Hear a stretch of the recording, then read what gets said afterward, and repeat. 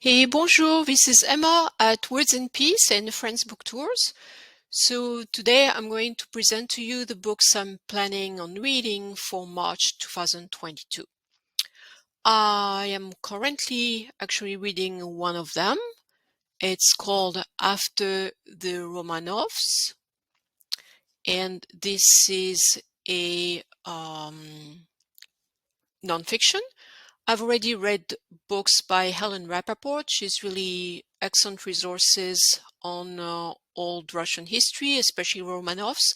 But this book is double interest to me because it's about, as you can see, the Russian exiles in Paris from La Belle Époque through revolution and war.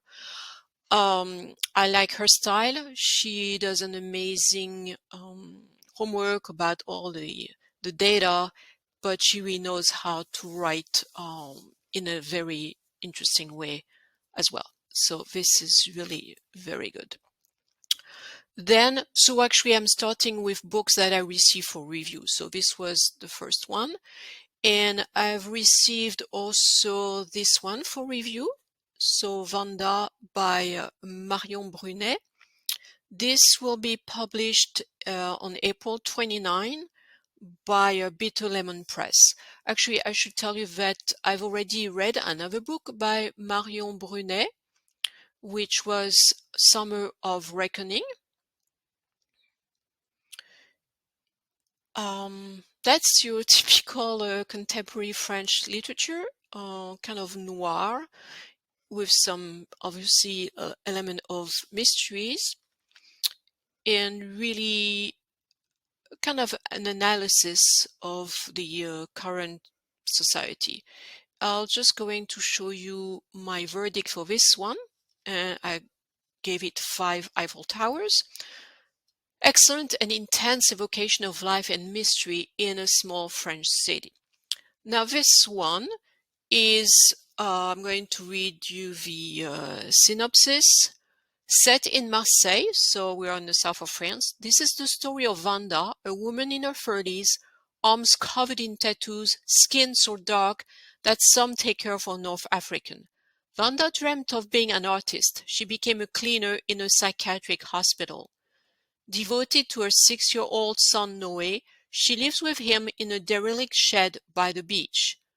You and me against the rest of this world, as she says. But when Noé's father, Simon, or Simon, I should say, shows up after a 7-year absence, threatening the delicate balance of their lives, her suppressed rage finally explodes.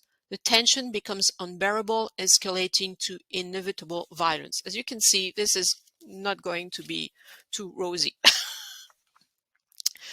So, and then another book I received for review. It's just going to be published on March 15. This is Under Lock and Key. I'm sorry, Under Lock and Skeleton Key. I'm going to move myself here so you can see better. By Gigi Pandian. I've worked with her, but I'm not sure actually I read the book by her.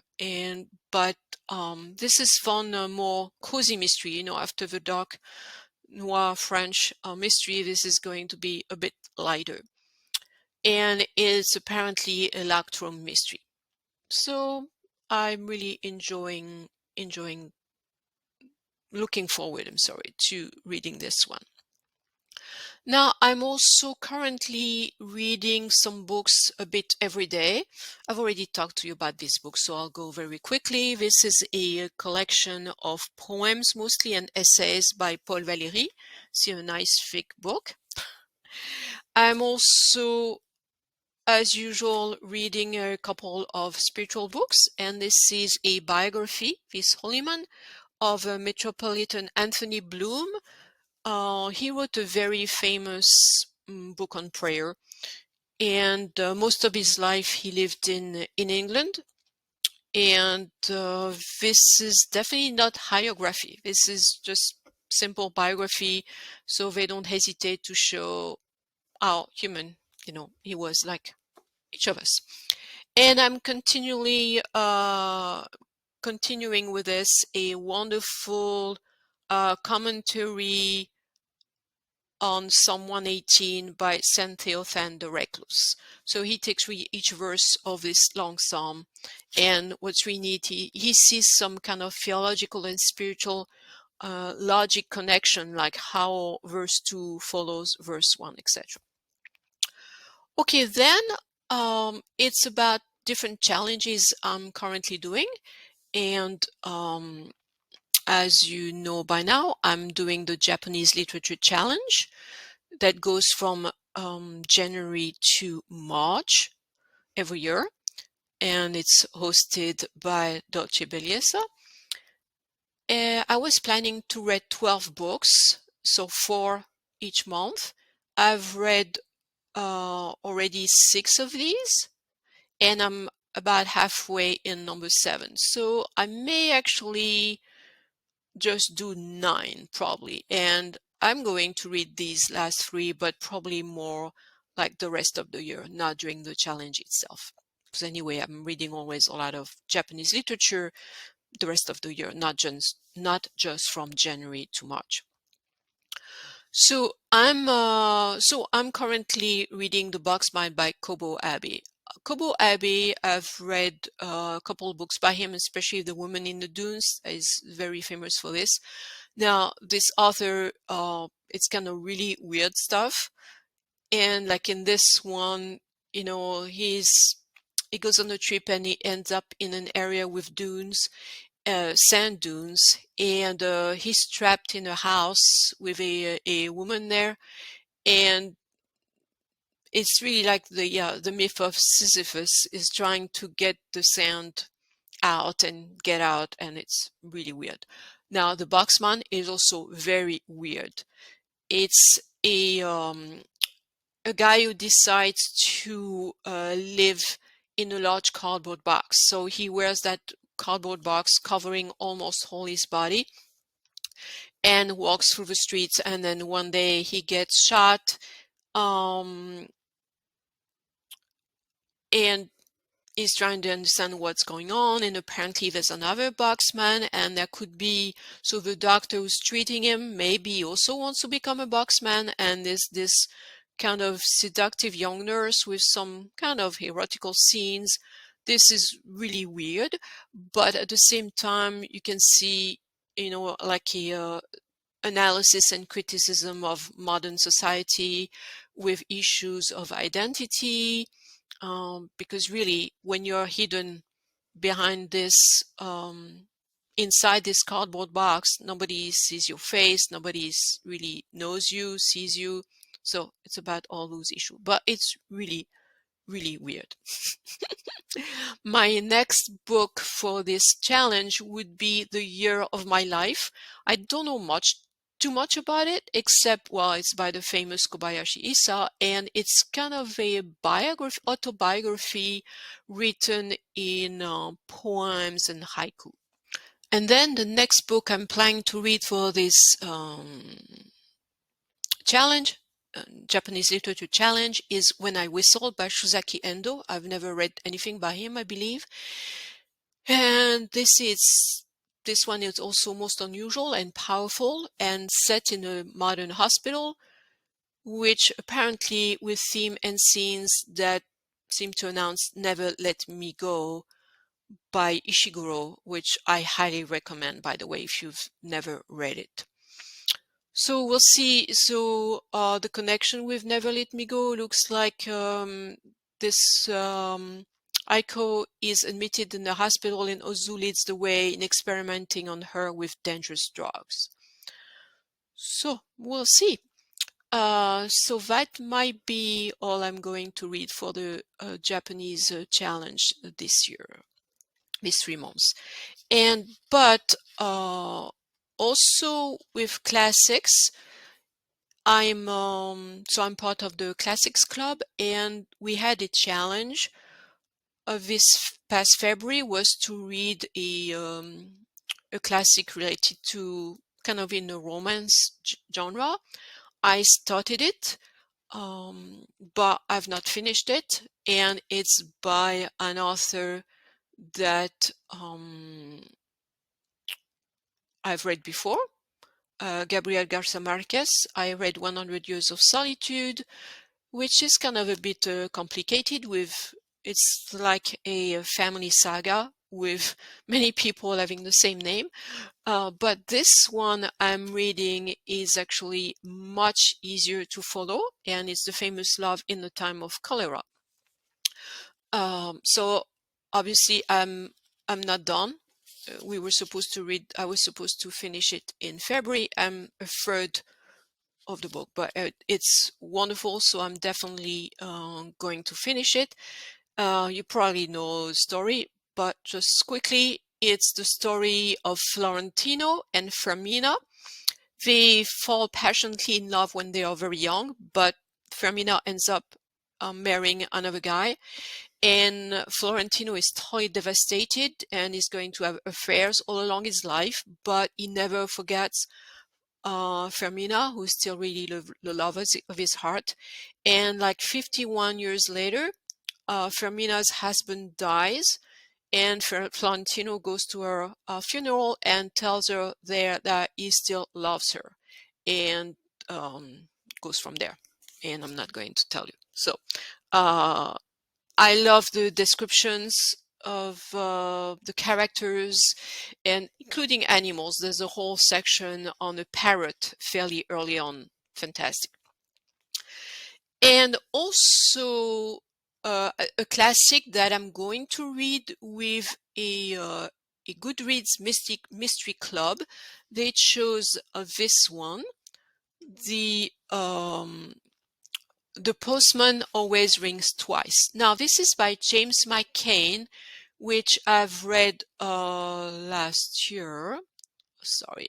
I read Double Indemnity, which was fabulous mystery noir about really issues of manipulation. It was really excellent. So when I realized they were going to read The Postman Always Ring Twice, I decided I would read it as well.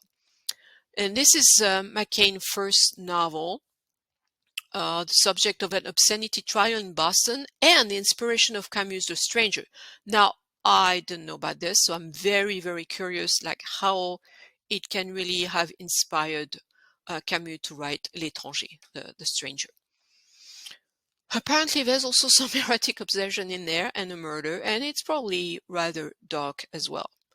And then I'm doing another challenge also related to classics. Well, not completely, but I'm it's the TBR channel, which actually I haven't started yet.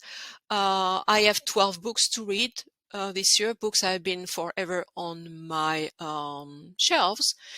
And but because I knew I was not going to really start very much before March, because of the Japanese Literature Challenge. But I believe I will have time to start this next the end of the month. And I am going to focus a bit on classics. For instance, I may start by reading this one, A Raisin in the Sun, which is a play. And I've read already one play this year by a Japanese author. So this will be completely different. You probably already know the story, but just quickly. So this was published in 1959. Not only was it a pioneering work by an African-American playwright, but it was also a radically new representation of Black life, one that was resolutely authentic, fiercely unsentimental, and unflinching in its vision of what happens to people whose dreams are constantly deferred. So it's going to be a very interesting cultural month of March with, as you can see, a very broad panel of readings, as you're used to if you're familiar with my book blog. And I may also read another little book that's on my TBR list. It's a very short little French by Bonnefoy. It's the trip of a man from Venezuela who cannot read. That's all I'm going to tell you. And it's very short. It's just about 135 pages. And I believe it has been translated into English. Obviously, I will give the reference when I publish my review. And as usual, I'm also listening to audiobooks. I'm currently listening to The Radium Girls. I know I'm a bit late. This was published 5 years ago.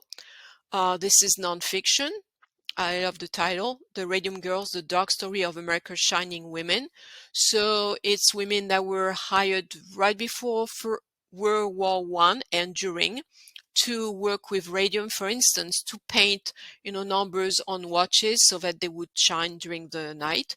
And at the time they thought that they were using so little radium to do this that it was fine for their health. But the problem is they had to work with super thin brushes, and to make it even thinner, they would lip the brush and then dip. So it was lip, dip, and paint. So dip in radium and paint, and then almost after every painting, they had to lip it again. So imagine all the radium they absorbed.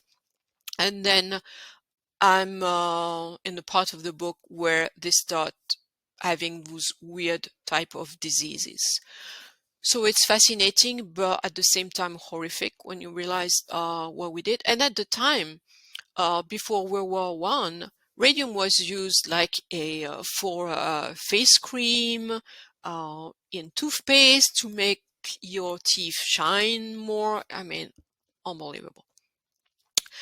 And after that, I'm also going through my TBR, but for the audiobooks that I've had for a while and I've never listened to. And I have two by Dorothy Gilman. Now, Dorothy Gilman, you may know, she's the famous author of Mrs. Pollifax, which I read, as you can see, 2014 I had done reading this whole series, which is absolutely excellent. Mrs. Pollifax is an old woman. She retired, yep, and she doesn't know what she's going to do with her life. So she goes to the CIA to see if maybe they could hire her, because that this grandmother with flowery hats, she would be perfect, maybe to do type of job for CIA. And indeed, they hire her because they say nobody is going to think that this old lady with her cute hats is a spy.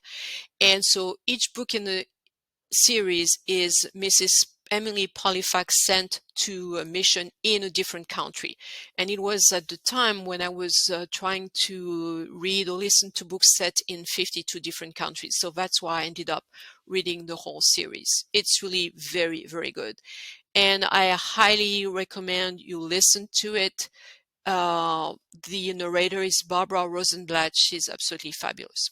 So anyway, Dorothy Gilman passed away, unfortunately. She wrote other books, and for instance, The Clairvoyant Countess. And this is, I'm intrigued because it's definitely cozy mystery, but also with some element of fantasy and paranormal. So we'll see. As you can see, there's a psychic here. We'll see how this goes. And I have another cozy mystery by her. It's called A Nun in the Closet. And those two books by Dorothy Gilman are very short. So I probably will have time to listen to more audiobooks. And what I'm going to do then, I'm going to look at the list of classics I'm trying to read now and see which one I could listen as audiobook instead. In January, I read and listened to 15 books and 13 in February. So I should be able to read also a good amount this coming March. And I hope this is also going to be a very fascinating reading month for you too. So that's it for today. And thanks for listening, and see you soon on my blog with the different reviews. Au revoir!